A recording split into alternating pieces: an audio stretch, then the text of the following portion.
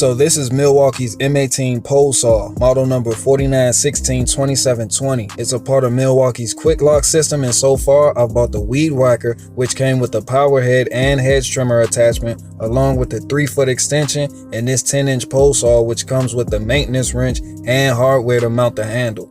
I ordered this pole saw because I have some upcoming projects for my front and backyard, and with several 12 amp hour batteries, choosing Milwaukee was a no-brainer. Assembling the handle is easy. Slide the bracket in the groove, put it in place, and slide the other bracket on top. This comes with 2 nuts and 2 screws, along with the T30 Torx wrench for assembly. Turn the handle over and insert the nuts into the hex-shaped hole so they don't spin as you tighten the screw down.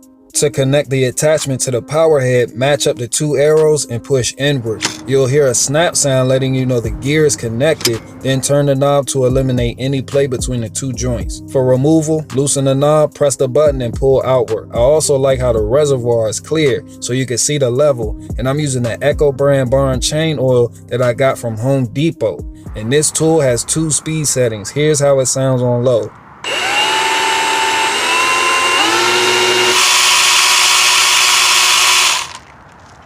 And here's how it sounds on high.